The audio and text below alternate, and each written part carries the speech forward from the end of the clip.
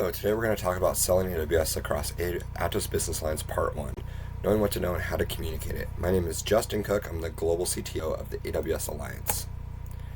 So first thing we're going to talk about is what's new and what are the top 5 things to know on AWS. Then we're going to go into the examples of pitching the AWS service across business lines. Then we're going to talk about selling right with AWS. Okay, first thing, what are the top 5 things to know about cybersecurity, data and AI, and cloud overall in AWS? What has come out new? So you should take a look into the Amazon Bedrock Core, Agent Core, which was launched this year, supporting the next generation of enterprise AI agents. A lot of popularity around runtime and memory. I'm not going to go through everything, as well as the AWS Marketplace for AI agent tools has one of our own agents called Polaris that I would highly recommend looking into. Also, take a look into S3 vectors, which is important for cloud object storage. This tends to significantly reduce cost and help query costs, specifically for RAG and vector search. Take a look into automated reasoning checks. This is a big advancement for Bedrock. This helps with the Bedrock guardrails. It's now GA'd for validating any kind of AI-generated content against your existing domain knowledge. Take a look into the document DB for serverless. This is a scalable, fully managed MongoDB compatible database. Fits very well for cost-efficient models. EVS is one of the most popular services. Elastic VMware Service is really the VM Cloud Foundation deployment within your VPC that helps you easily migrate and helps with that agility. Last, certification for compliance. Take a look into the new certifications such as High Trust, and a lot of the other topologies are evolving day to day as well. Okay, 5 top things to know about cloud overall. It's evolving fast, guys, and there's a lot of different things to know. Generative AI is obviously everywhere. AI is baked into everything that we're doing. It could be Bedrock, Agent Core, SageMaker, Jumpstart. It's in every single part of your infrastructure now. Industry-specific solutions, healthcare, financial services, manufacturing. AWS is rolling out specific solutions for your industry and compliance frameworks, so you'll see those more and more as the year goes on. Take a look into sustainability at scale as well. Definitely look into hybrid and edge expansion as well. Different services coming out all the time. Outpost, local zones, and wavelength for that as well.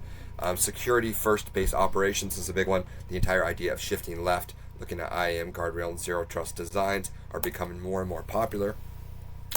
In the cybersecurity realm, definitely security is always job zero at AWS. So look into we just talked about zero trust adoption is a big one.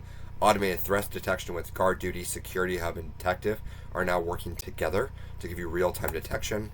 Cloud-native data protection, built-in encryption, tokenization, and secure key management tend to be more and more popular. Things like KMS, Secret Manager, and Macie. Compliance made easier across your frameworks. We talked about that a minute ago, whether it's FedRAMP, HIPAA, GDPR, or if SOX, just look for more compliance standards. AI-powered security insights in general are out there more and more. You also need to look into data and AI. That's growing more and more in our organization as well as with AWS. Gen AI integration for Bedrock, SageMaker, and Agent Core make it simpler to embed foundational models for text, image, and data-driven insights. Take a look into real-time analytics at scale. Redshift, which is the data warehouse, Kinesis, and OpenSearch, let you really process streams, spot trends, and really make instant decisions now. The data mesh and the governance, Lake Formation and Glue really does deliver that secure, governed, and decentralized solutions for ETL and items that are really in the data governance ecosystem. AI-powered personalization is a big one. SageMaker feature store and personalize are getting more and more popular for those predictive experiences. End-to-end MLOps seems to be more and more the conversation, which is a fully ML lifecycle covered. And really it's deployed from end to end on your infrastructure, and it's used from everything from implementation, deployment, all the way to monitoring. The takeaway here is really AWS is expanding faster across AI, industry-specific solutions, security, and sustainability, while giving you the tools to move from data to insights to action faster than it ever has before. So what are some examples of pitching AWS services across business lines? So as you guys all know, this is our global portfolio for the business lines as a whole. Where do these fit into what we're trying to sell from AWS? Here's a good example of a good slide I really like from Data and AI.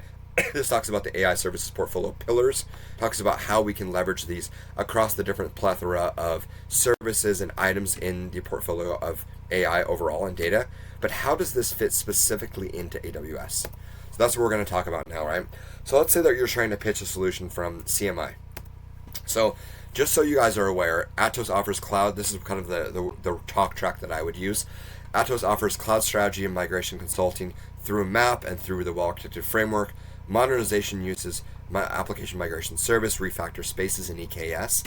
Implementation, infrastructure implementation spans some things like Outposts, ECS, EKS, and ETS with that hybrid support from EKS Anywhere. It has all kinds of different integrations, the Anthos integrations, the Snow family overall, local zones, and ECS Anywhere. The VMware on Cloud, or as we now know, EVS, Direct Connect, storage gateway, FSX, and mainframe modernization services. They round out the overall infrastructure capabilities that we have that we can talk about as well as transform. And this is along with network services like Transit Gateway, Cloud WAN, and Network Firewall. Talk and give you that talk track for that CMI AWS delivery. Data and AI is next. You could say that Atos brings deep expertise in data and AI advisory, leverages your AWS Data Lab and your well-architected review for AI ML, uses things like Glue, Redshift, RDS, DynamoDB, and DMS to further support things like EMR, Athena, Lake Formation. It's all about scalable data access. So the capabilities for AI are things like Bedrock, SageMaker for pipelines and Jumpstart, Recognition, Comprehend, and Translate. There's also these industry-specific solutions that like industrial AI and healthcare AI that are built on top of SageMaker, while AI infrastructure and security relies on things like Nitro, Private Link, AMI, Macie, and GuardDuty. Digital Workspace, you could talk about the whole suite of different items for that.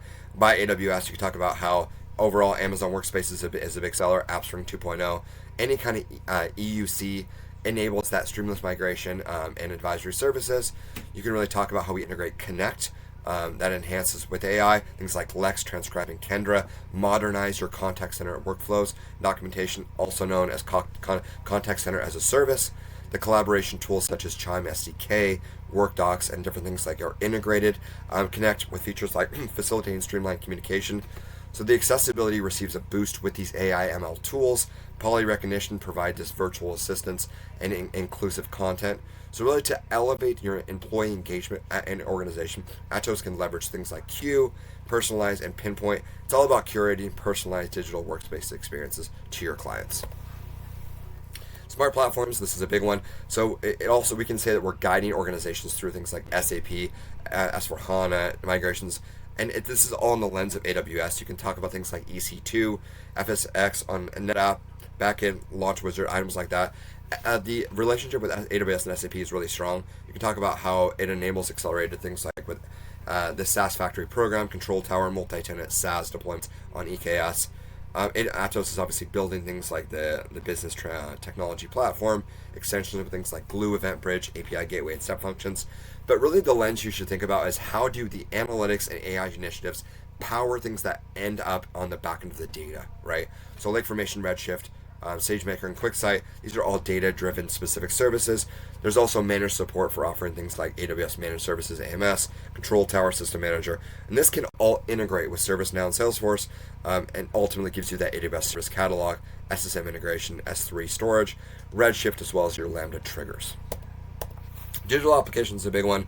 So Atos designs customer experience platforms using things like Pinpoint, Connect, Personalize, Kinesis. These are all specific lenses that help application modernization to enable things like Migration Hub, App to Container, Refactor Spaces, EKS, and Lambda. The ultimate goal is the AI augmentation development tools, Code Whisperer, Code Guru, DevOps Guru, Bedrock integration. A lot of those are really popular in the space right now, specifically around AI development, as well as Kiro. Anything like low code or BPM platforms, AppFlow, step functions, Honeycode, things like this are also critical. IoT solutions, IoT Core, Greengrass, IoT Linux, and TwinMaker are big ones out there in the industry to talk about as well. DevSecOps and observability things such as Code Suite, Inspector, GuardDuty, CloudWatch, X-Ray, OpenTelemetry, Grafana, and even any kind of fault injection simulator. Some things like AWS Resilient Hub is a very popular thing to talk about right now. I would also just leverage the Intelligent Automation Suite, which employs those things like step functions, Lambda, and Bedrock agents, while empowering customer and really empowering the experience of customer use with things like personalized Lex, Amazon Q, Connect, and as well as Kendra. Cybersecurity, you can go into a lot of different features here. Start off with the well-architected framework pillar, go into things like Security Hub, Inspector, Macy, Guard Duty, talk about how you can integrate with a lot of third-party tools. Hybrid and identity security leverages things like obviously WAF, Shield, Control Tower, IAM, Identity Center, Control, Cognito, as well as the Secrets Manager. Looking at things like overall operational technology. So how is that achieved with things like IoT Defender, Greengrass? Look into things like how your bandwidth is done with private 5G. Obviously, threat detection and incident response are big for things like Guard Duty, Detective, and Security Lake. Look into forward-looking cybersecurity aspects such as like post-quantum cryptology support. Looking at things like securing your bedrock models. Nitro TPM is a big one, as well as KMS and HMS as well for Atos. So last but not least, selling right with AWS. How do we want to look at the lens of selling AWS overall? So the best practices from selling, I would say, align your solution narratives. So take a look at your specific positioning. Let's say we're going to leverage SageRock with Bedrock KMS with Guard Duty as a specific secure AWS platform. So think about your narratives. The second thing is show integrated chains, right? Let's say maybe you're starting with ETL with Glue, then you're moving to analytics with Redshift, then you're doing visualizations with QuickSight, and then maybe you're embedding afterwards with personalization with Personalize, right? So have that talk track and show that integrated chain. Tying your business impacts. So examples are cost optimization for modernizing and migrating, maybe intelligence around AI services, performance ROI, and compliance. So know how you're tying back, and that's more about that outcome-based lens.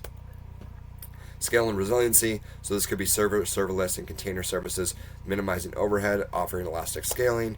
Last but not least, your intelligence for your things like SageMaker, Bedrock agents, personalized with enabling your ML-powered personalization automation. That is also what clients are talking about and wanting to put in their infrastructure now.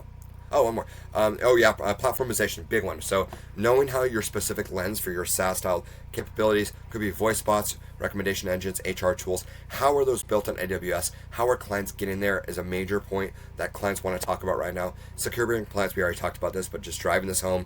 Integrations with things like threat detection, encryption, governance baked into your cloud stack are a major seller right now in the industry. And that's definitely the end. So any questions on that, feel free to contact me at justin@atos.net. And hope this helps you on your sales journey.